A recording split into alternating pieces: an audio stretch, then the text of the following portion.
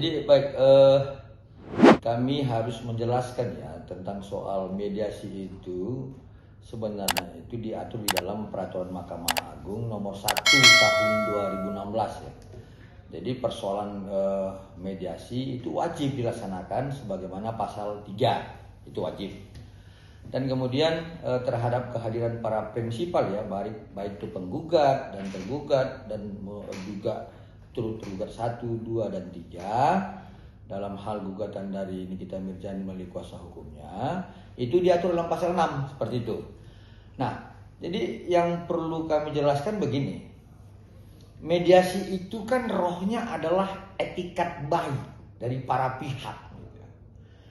Tetapi kemudian kalau misalkan kita mengatakan ya seperti di media selama ini ya, penggugat mengatakan wajib melakukan mediasi, harus melakukan mediasi, tetapi etikat baiknya nggak ada menurut kami gitu. Kenapa kami katakan seperti itu? Contoh, itu kuasa hukum dari NM ya, Bang Fahmi Bahmid itu sudah melaporkan klien kami di Polda Metro Jaya dengan laporan tentang Undang-Undang Kesehatan dan Undang-Undang Perlindungan Konsumen. Nah artinya ini kan sepertinya terus mencari kesalahan klien kami. Ya kenapa kami katakan demikian?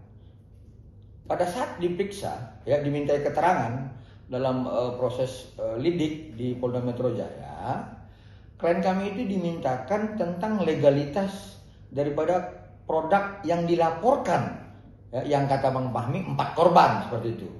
Nah jadi kami ketahui bahwa dari keterangan penyidik dan pertanyaan penyidik kepada klien kami itu ada 6 produk ya skincare yang dilaporkan, yang pada prinsipnya dibeli oleh si 4 korban ini tahun 2023. Yang jadi persoalan ketika dia beli tahun 2023, lalu kemudian sekarang buat laporan wajahnya rusak, lah kenapa 2 tahun kemudian buat laporan?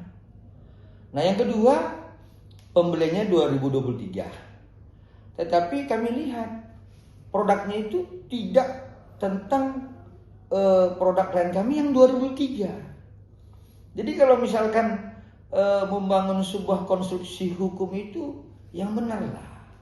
Ya, jadi ya mohon maaf lah. Jadi untuk korban yang 4, kalaupun benar itu tentang peristiwa pidana dilaporkan, kami sebagai penasihat hukum Dr. Reza Gladys akan menghadapinya. Itu pasti. Tetapi kalau itu nggak benar, ya mohon maaf. Kami juga akan mempertahankan kedudukan klien kami untuk kemudian akan melaporkan balik. Kenapa? Ini kan sama saja juga merusak nama dan kredibilitas profesi dokter yang dimiliki oleh klien kami. Nah, itu yang kami sebutkan tadi. Salah satunya etikat baiknya tidak terpenuhi unsurnya.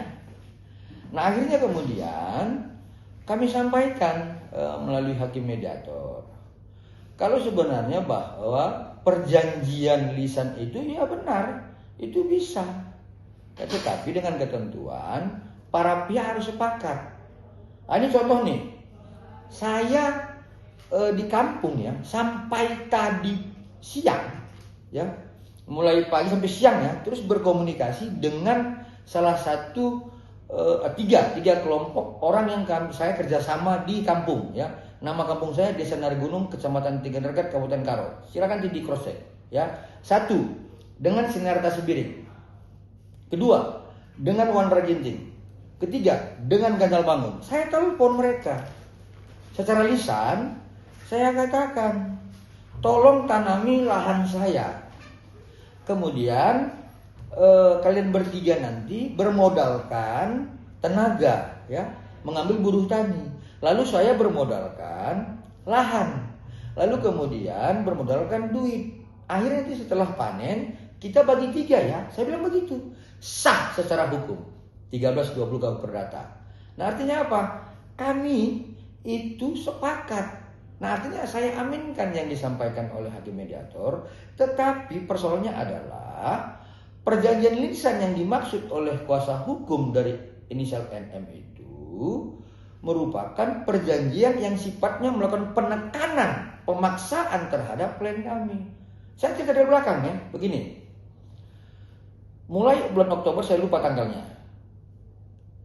inisial NM melalui akunnya ya, kalau nggak salah itu Nikita Huru-Hara apa gitu, saya lupa. Itu ada membuat satu konten dan kemudian melakukan review tentang produk klien kami. Lalu pada intinya berbicara tentang bahwa produk klien kami itu bersifat overclaim. Yang jelas bahwa di sini telah mengangkangi tentang peraturan BPOM nomor 80 tahun 2017. Nah, lalu kemudian secara terus-menerus, secara masif mengajak ya followernya melalui di akunnya untuk tidak membeli produk klien kami. Lalu kemudian terus menjelek-jelekkan klien kami sampai dengan body shaming. Nah, artinya ini kan mengganggu secara fisik klien kami, secara mental dan fisik klien kami, kemudian usaha klien kami. Akhirnya kemudian klien kami itu mencoba untuk menghubungi rekan sejawatnya, yaitu inisial O. Nah, inisial ini kan dokter, profesi dokter. Sesama rekan sejawat di dalam janji dokter ya, atau sumpah dokter, saya lupa itu. Rekan sejawat itu sifatnya saudara kandung. Lalu terhadap persoalan review inisial NM itu, klien kami berharap agar kemudian rekan sejawat itu memberikan solusi yang baik. Tapi dalam pembicaraan ya, nah ini nanti di dakwaan saya mau senggol sedikit ya, di barang bukti ya, menjadi alat bukti yang kami sajikan pada penyidik. Salah satu pembicaraan yang di situ antara klien kami dengan beberapa pihak ya, di situ ada disampaikan kalau mau NM ini diam, sumpel mulutnya. Kalau enggak dia akan speak up terus gitu loh. Nah, ini kan pengancaman gitu. Nah, karena klien kami takut ya, secara mental dia rusak, kemudian usahanya hancur, lalu kemudian secara terpaksa dia berikan uang yang 4 miliar dengan 2 miliar cash dan 2 miliar transfer. Nah, lalu kemudian kuasa hukum Nikita Mirzani melalui kuasa hukumnya Pak Hamid mengatakan itu perjanjian. Ya sudah pasti dong, tadi kami mengatakan itu tidak. Nah, akhirnya kalaupun itu perjanjian kami sampaikan, silakan buat proposalnya. Nah, sehingga kemudian sidang mediasi tadi ditunda sampai tanggal 1 Juli. Kita lihat ya, apakah ke depan proposal dibuat. Tapi yang pasti ya, saya jelaskan, yang pasti dengan perbuatan-perbuatan yang sering mencari kesalahan-kesalahan klien kami, saya yakin klien kami ini tidak akan mau berdamai lagi. Kenapa? Ya, jadi niat baiknya sudah ada awalnya, ini dicari kesalahan, dibuat persoalan, diserang terus. Nah, ini kan sudah tidak lagi menghormati Perma 1 2016, padahal ini selalu diundang-undangkan oleh pihak penggugat. Ya, jadi seperti itu. Ya, tadi kan sudah jelaskan. Pertama, kami mempertahankan argumentasinya soal bahwa itu bukan perjanjian, itu adalah pemerasan. Nah, dengan cerita Oktober inisial NM melalui akunnya melakukan serangan-serangan terhadap produk klien kami dan sampai dengan body shaming. Nah, yang kedua, kami melihat tidak ada etikat baik ya, dengan cara yaitu tadi laporan di Krimsus yang menurut kami itu mengada-ada gitu. Nah, tapi pun kalau betul benar silakan diproses hukum, kami akan hadapi itu. Nah, yang ketiga, kalau memang ada, buat dong rinciannya. Kalau memang 100 miliar itu ada gitu. Jangan gugat 100 miliar, minta 100 miliar. Kan ini nggak benar gitu. Kenapa 100 miliarnya terjadi gitu. Nah, sehingga tadi hakim mediator mengambil keputusan untuk agar menunda sampai 1 Juli dan meminta kepada penggugat membuat proposal agar nanti kami tergugat 1, tergugat 2 mempelajarinya. Seperti itu. Oke. Jadi ada 3 titik simpul sekarang ini, Bang. Mediasi, Polda, sama nanti yang tanggal 24 kan. Yes. Bagaimana kita bisa menghubungkan di 3 barang ini? Oke. Yang pasti kita harus dulu konsentrasi di tanggal 24 Juni. Oke. Tanggal 24 Juni itu adalah persidangan perdana untuk pidananya kasus NM dan IM. Ya, saya di sini berbicara, siapapun nanti yang hadir di persidangan maupun nanti yang melihat dari media, simak dan dengarkan baik-baik ya apa yang dibacakan oleh jaksa penuntut umum tentang dakwaannya. Apakah memang benar apa yang saya sampaikan selama ini tentang adanya upaya melakukan penekanan pemaksaan untuk agar kemudian klien kami memberikan uang, atau memang klien kami meminta endorse terhadap saudara Nikita Mirzani? Itu pertama. Nah, yang kedua, kalau memang dakwaannya benar seperti yang saya sampaikan, pasti gugatan Wan Prastasi itu gugur. Kenapa? Karena jelas adanya suatu upaya untuk melakukan pemerasan.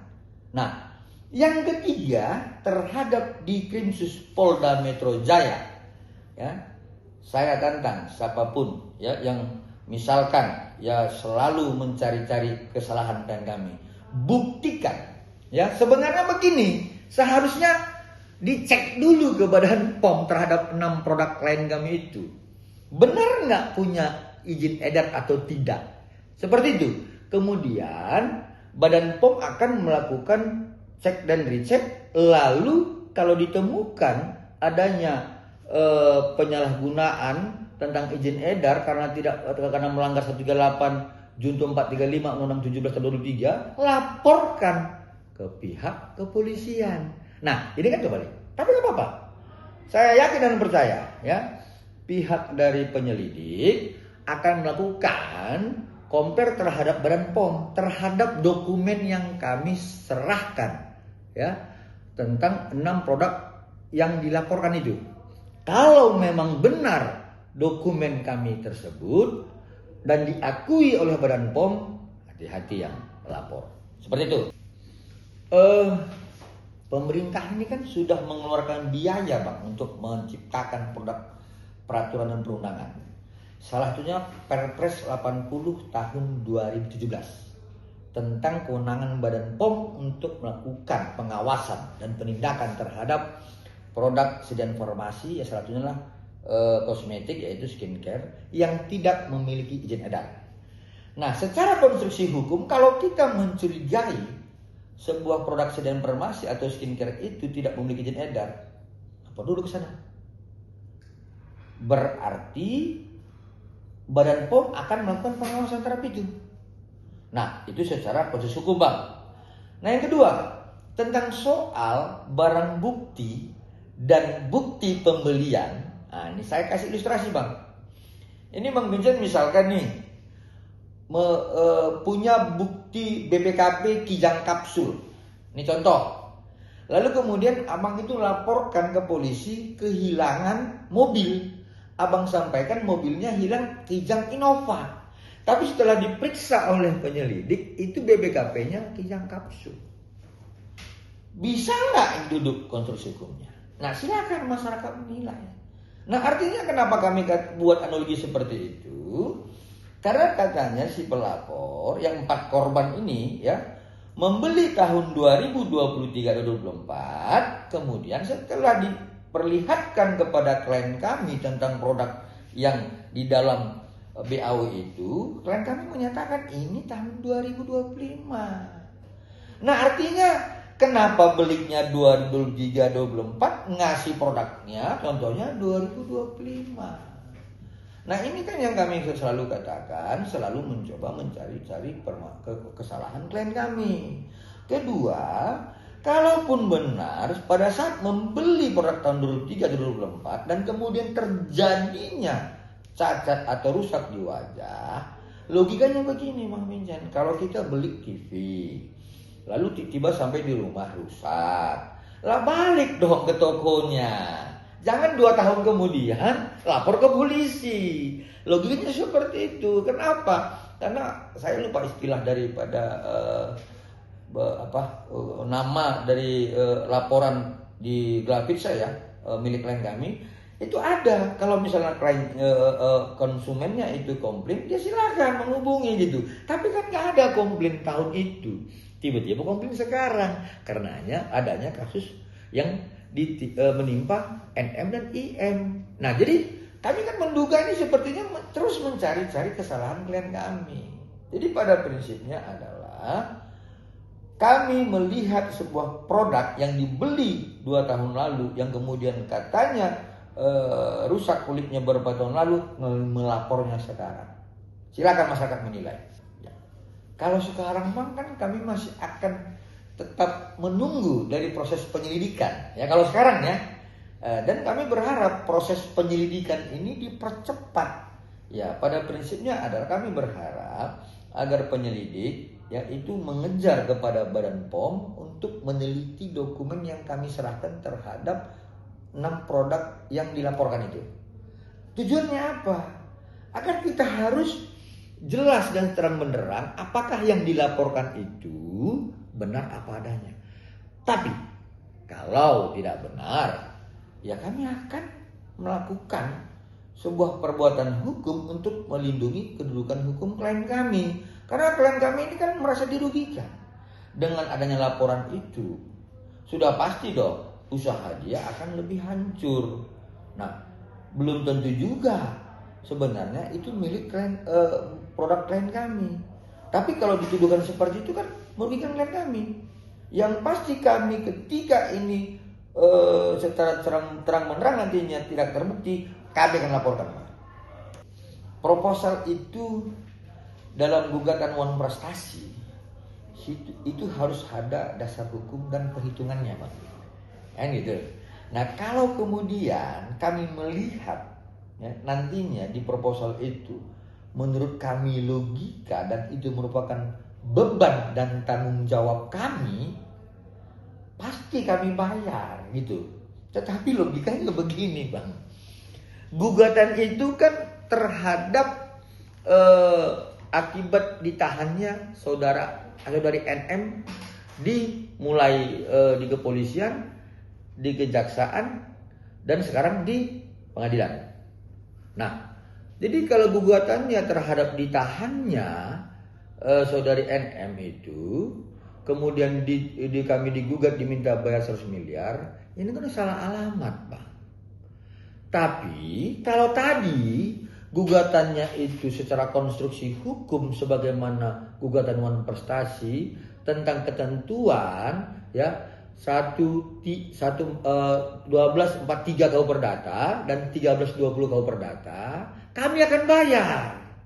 Ini kan menyalahi ketentuan dari apa yang saya sebutkan tadi, 1243 KU Perdata dan 1320 KU Perdata. Bagaimana mungkin kami bisa membayar itu? Tapi kita lihat nanti, Bang. Ya, kita lihat apakah kuasa hukum penggugat mampu menyusun ya proposal yang merupakan menjadi beban kami yang sejumlah 100 miliar itu. Ya, yang pertama kan begini, kita kan tetap taat ajas hukum dan tahapan. Tadi yang disampaikan oleh hakim mediator adalah silahkan melakukan koordinasi. Ya tadi kami dengan kuasa hukum penggugat sudah tukar handphone. Kan begitu nih. Nah, apakah kemudian sebelum tanggal 1 Juli sudah diserahin kepada kami atau nanti pada tanggal 1 Juli kami nggak tahu. Ya, tapi yang pasti kalau dengan peristiwa-peristiwa yang seperti sekarang ini dicari-cari kesalahan, disudut-suduti dan sebagainya, saya jamin itu klien kami tidak akan mau itu. Ya, jadi dari awal kan saya sampaikan bahwa pada prinsipnya klien kami itu sudah tidak punya dendam lagi kepada saudara NM. Kemudian dia minta, ya kami juga berharap agar NM tidak pasang badan. Tapi gini kan saya melihat ada pihak-pihak ketiga terus ini mempengaruhi gitu loh. Sehingga melakukan perbuatan-perbuatan hukum yang kami anggap ini sudah keliru gitu loh. Tapi ya sudahlah. Ya kalau memang dari NM sendiri yang menginginkan seperti itu, sudah pasti klien kami ini akan menutup pintu perdamaian. Saya yakin itu. Seperti itu. Jadi jangan lupa untuk subscribe Cumi Cumi. Ditekan ya tombol lonceng merahnya.